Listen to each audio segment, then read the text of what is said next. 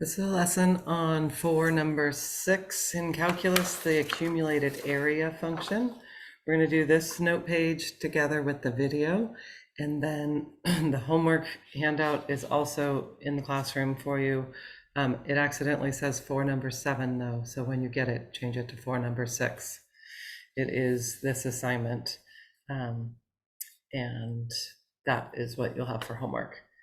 It looks like just 4 problems, but they're 4 FRQ problems, and they generally take about 15 minutes each, maybe a little longer. So don't be fooled. All right. So the lesson today is on essentially a new kind of function. It's called the accumulated area function, and it uses an integral in its setup here.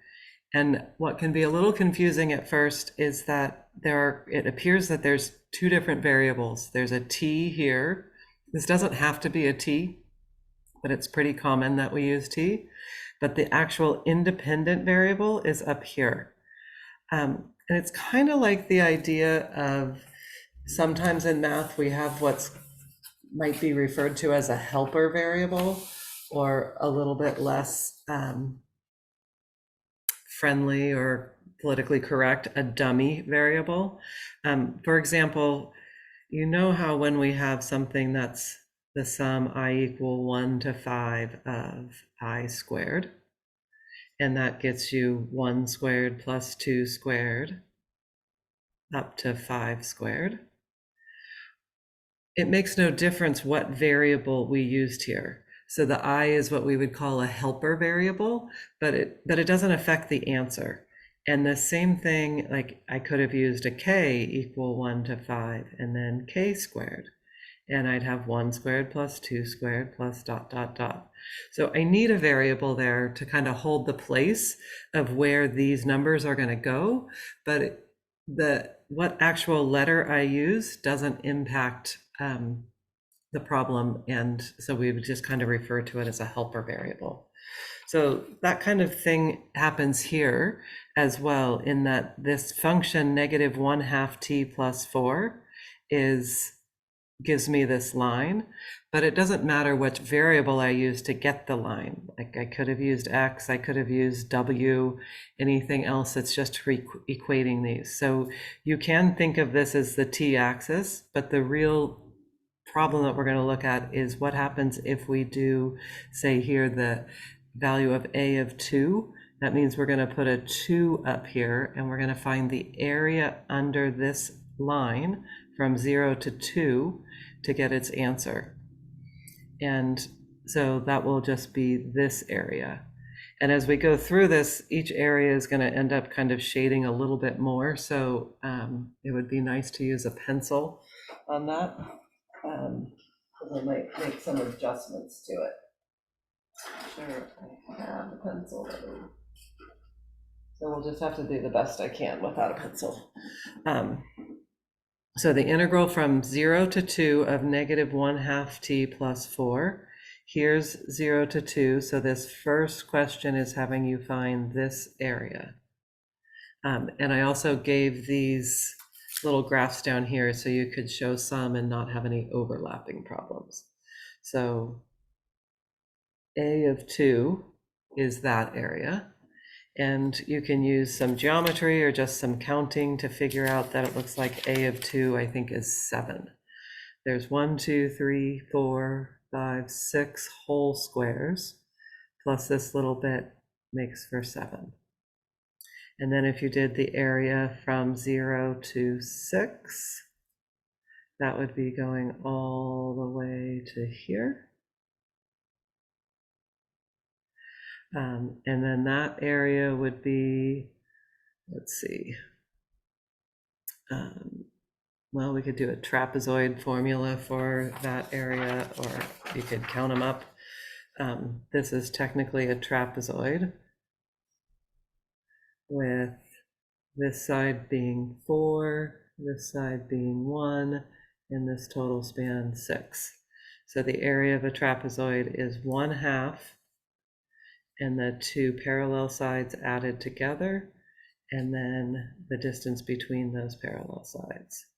So this will be half of 5 times 6, or half of 30, or 15.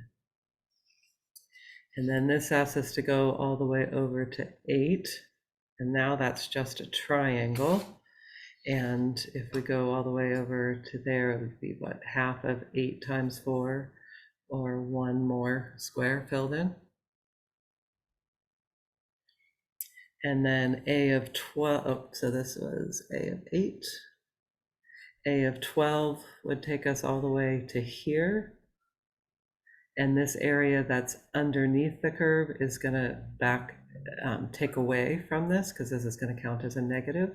So this area function with 12 substituted in means our independent variable is this 12 up here, and we're going to get the same answer, let's see, as we got for a of 4, which we didn't find a of 4, but we can find a of 4. So that would just be 4 plus 2 is 6 times 4, 24. I think this is 12.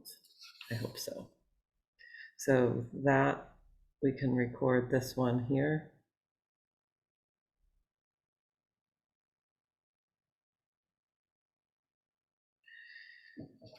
Screen. So that should look like that. Okay, and then it asks us to find a of negative 2. Now that's a little bit weird, because when we put the negative 2 up here, you can tell that the limits of integration are backwards. So even though this is 0 to negative 2, we can still figure it out. We just have to use that property of integrals that says we can rewrite this integral from 0 to negative 2 of negative 1/2 t plus 4 dt. And we can make it the opposite of the integral from negative 2 to 0.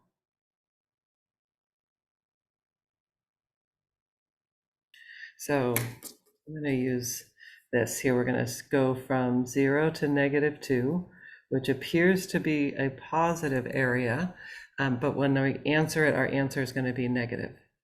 So it's going to be 1, 2, 3, 4, 5, 6, 7, 8, 9.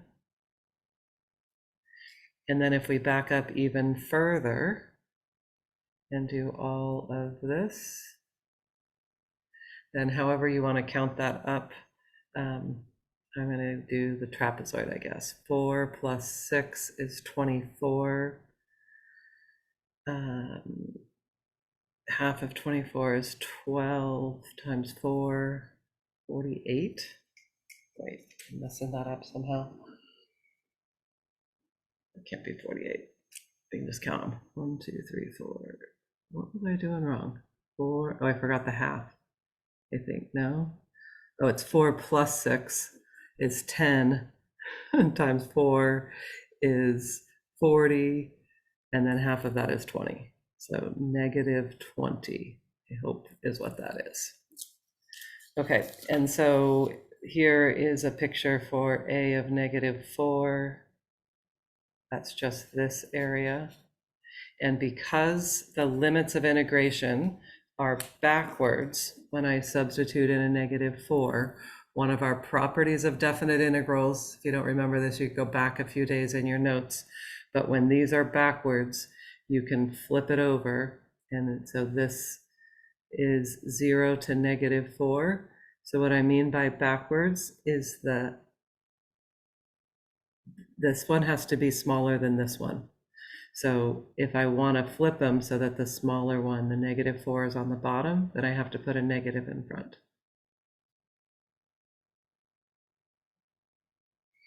Okay, so what we just learned is there's basically a new kind of function that you couldn't learn until you got to calculus because you didn't have this integral symbol. But we can use the integral symbol in a function, and the upper limit of integration is the variable that we're talking about. So we could, in fact, graph this function with a of 2 is 7, a of 6 is 15, a of 8 is 16, etc. We're going to see what that function looks like in just a minute anyway, though. So this part down here says to rewrite a of x without an integral symbol. So that means that we're actually going to take the antiderivative. And luckily, this function is one that isn't too hard to find the antiderivative of. So we'll do -1/2, and then this will be t to the second, and we'll need a 1/2 in front of that. And then the antiderivative of 4. And this is going to go from 0 to x. So instead of getting all of these area values from up here that we just did, with the graph and counting the squares or using the trapezoid formula, we could have gotten it from saying, oh, well, a of x is this function, -1/4 t squared plus 4t, with 0 x substituted in and then 0 substituted in. So a of x is equal to -1/4 x squared plus 4x and then minus 0. So you could pause for just a second and substitute in some of the numbers that we have up here. Remember that we just, get this where you can see it, that a of 2 is supposedly 7. So here's our a of x function. If we substitute in 2, we should get 7. 7 squared is 49. I'm sorry, 2 squared, sorry, we're substituting in 2. So a little check here. A of 2 would equal 2 squared, -1/4 of 2 squared plus 4 times 2 would be 2 squared is 4, -1/4 would be -1 plus 8 or 7. So if it's easy to take the antiderivative, then you don't necessarily need to have found the answer by considering this area. But we sometimes need to consider the area because it isn't always easy to find the antiderivative. Okay, so one thing that we always need to be able to do with a function, now that you've learned calculus, is we actually want to be able to take the derivative of this function. Luckily, we already rewrote it. So we know that this function right here, a of x, same one, I just gave us some more space to work with it. We know by having taken the antiderivative of it that this function is equivalent to that. And then if we want to take the derivative of this function I just wrote in blue here, we just take the derivative and we get -1/2 x plus 4. So basically we just took the antiderivative to get the function of x without an integral, and then we just took the derivative again, which essentially puts us right back to where we started with. But notice that the variable switched. This was with this helper variable t, and now it's with this independent variable x. So our function is in terms of x. So we're going to try to take some more derivatives here. If you need to pause the video and kind of discuss with your group what it is that we just did, that probably would be a good idea. But to sum it up, we established a new looking kind of function that is basically telling us to find the area under this function from starting at 0 and ending at some particular value. And if it's a of 2, then you find the area from 0 to 2, etc. So now we've established a function. Of course, we want to take its derivative. So this more practice down here is more practice in taking the derivative. So first, we're going to actually find the antiderivative. of this so that we can get this function g of x written in terms of x. So the antiderivative of 3 times theta squared, just pausing for you to think about it, it's going to be theta to the 3rd power. And then when I take the derivative of this 3 will just come down. So I actually am good with theta to the 3rd power. And then this is going to involve a cosine of theta. And then the derivative of cosine is negative sine. So I'm going to need a negative in front to get the positive negative to work out. Okay, and notice this one didn't start at 0. It started at pi. So that'll be something to consider. So this is going to be x cubed, and I substitute in the x, minus cosine x, minus pi cubed,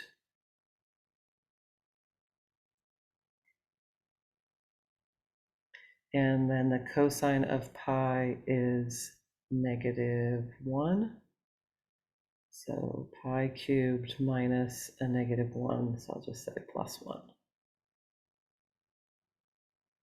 Okay, so these are all g of x. We haven't actually taken the derivative yet, but we're kind of mimicking what we did in these 2 boxes right here. So first we rewrote g of x without an integral, and then next we're going to use this same space to find g prime of x.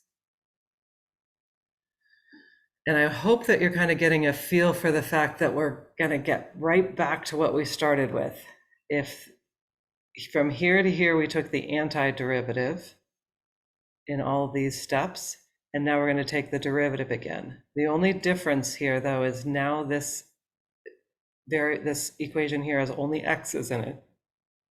And when we take the derivative, g prime of x, we'll take the derivative of x cubed, which will be 3x squared. The derivative of cosine is negative sine, but there's a negative in front, so it'll become plus sine x. And then what's the derivative of pi cubed plus 1? This is all just a constant. Pi cubed is just some number, 9 or 10 point something, plus 1. So all of this is just -0 when you take its derivative. So notice how it doesn't matter what the lower limit is as long as it's a number. When you take its derivative, it'll just become 0. So on this one, I want to encourage you to take a shortcut. Instead of actually finding the antiderivative, let's just say we're going to write it in here, but let's not bother. This is kind of a pain with these fractions or roots. It'll end up having a fractional exponent. So I'm going to find the antiderivative, and then I would substitute in x, and I'd substitute in 1, and then whatever I get here in a couple steps, I would then take the derivative, h prime of x, and whatever antiderivative I write here, I'm just going to take the derivative, and it's going to take me right back there again. See how this is 3x squared plus sine x, and this is 3 theta squared plus sine theta. So then this h prime is going to go, it's just going to take me right back to this again. So this is going to be root x plus 1 divided by the cube root of x. Okay, so I could take the antiderivative, but when I take the derivative again, it's just going to take me right back here. But the only thing is that the x gets substituted in. All right, I would encourage you to maybe pause for just a second before you continue on to the back, just to give your brain a moment to process and maybe ask each other a few questions. All right, so this is the back, an example of what the some homework problems will be like. And this is the rule essentially that we just learned. If you're taking the derivative of an integral function, that these symbols basically just cancel each other out. but the x slips in place of the t. That's all there is to it. Everything that we just learned on the other page, well, besides actually looking to see the shaded area parts of it. Okay, so then this is a typical AP free response question. They love this question. And they're saying, let G be the function that's defined as the integral from 2 to x of f of t dt. I would make sure that you note that it's starting at 2. It's not always starting at 0. And then notice this question says to find g of 4, g prime of 4, g double prime. And usually you just have to do that once, but this is going to ask you to do it again with -2. And one thing that I always like to do is to just write out kind of all 3 functions up here and just make sure it's clear. So g of x is the integral from 2 to x of f of t dt. That's the area on the graph shown. G prime of x is we're going to use this rule. So the derivative of this function is just whatever's here, but with the x substituted in. That's what we went through on the other page. And notice we don't actually have a function to take the antiderivative of, so we can't do what we did on this one and take the antiderivative, what we did here, because we just have some generic function f. So we have to trust the rule. So g prime of x is just going to equal f of x. And this is a graph of f. So it is, when you go to get values of g prime, it's going to be the y values on the graph shown. And when you go to get g double prime of x, the next derivative, the derivative of g prime is g double prime. The derivative of f is f prime. That's going to be the slopes on f to f prime. Slopes on f. And this is y values on f. Area under f. Okay, so now when you go to answer these questions, g of 4, g prime of 4, g double prime of 4, g of 4 will just be the area between 2 and 4. And it's just that little area right there. So you can say g of 4 equals the integral from 2 to 4 of f of t dt. And it's however many squares we're in here. 1, 2, 3, 4, 5. G prime of 4 is just f of 4. And f is the y values. G prime is the y values on f. So if we're at 4 and we just want to know the y value there, it's 2. And g double prime at 4 is the slope on f, and the slope on f is -1/2. So why don't you pause and try these values if you want, or I'm just going to leave that for you to try, and I'll get you the key before I'm done with the video here.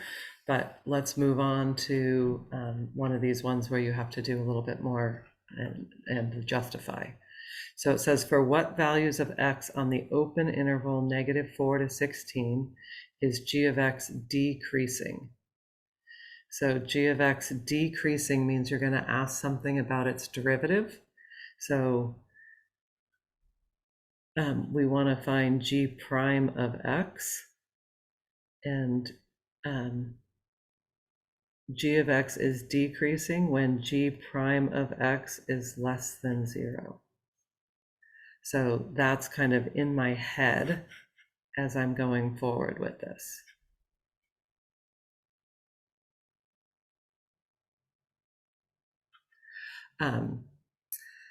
So I'll need to find g prime, and g prime of x is equal to f of x.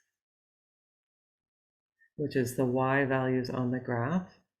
And if I want to know when it's less than 0, I'll want to know when it's equal to 0. So for what values of x does g prime of x equal 0, which is when f of x equals 0, and that's the y values on this graph. So the y, when is the y value 0? That looks like it happens at 8 and 13. So x equals 8, x equals 13. And then let's do a little sign chart.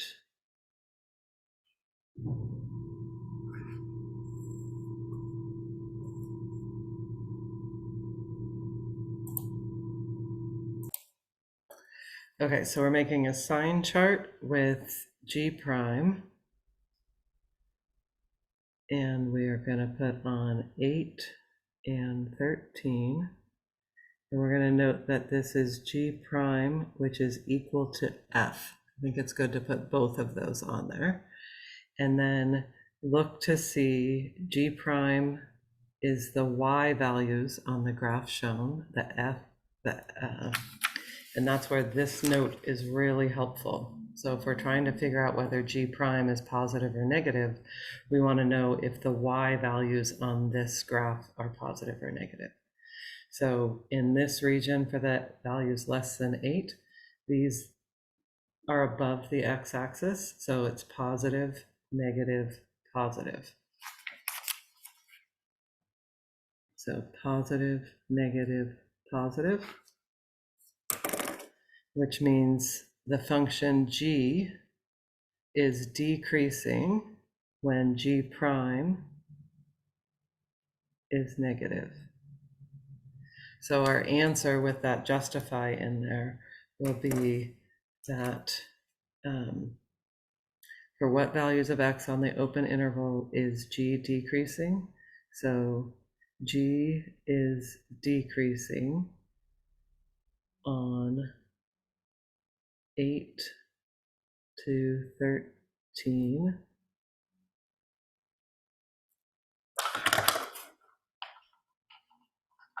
Since g prime, which equals f, is less than, or is negative, I think is fine, is negative on 8 to 13. Technically open interval 8 to 13. So g is decreasing on this closed interval 8 to 13 since g prime, which equals f, is negative on 8 to 13. And I could have put less than 0 right here. That would have been fine, or is negative also works. Okay, so I think the rest of this you should probably try on your own and then compare it with my key that I will put. I think I'll just put it up on Canvas so we can end this recording. So good luck. Thanks for working hard, and I appreciate your effort.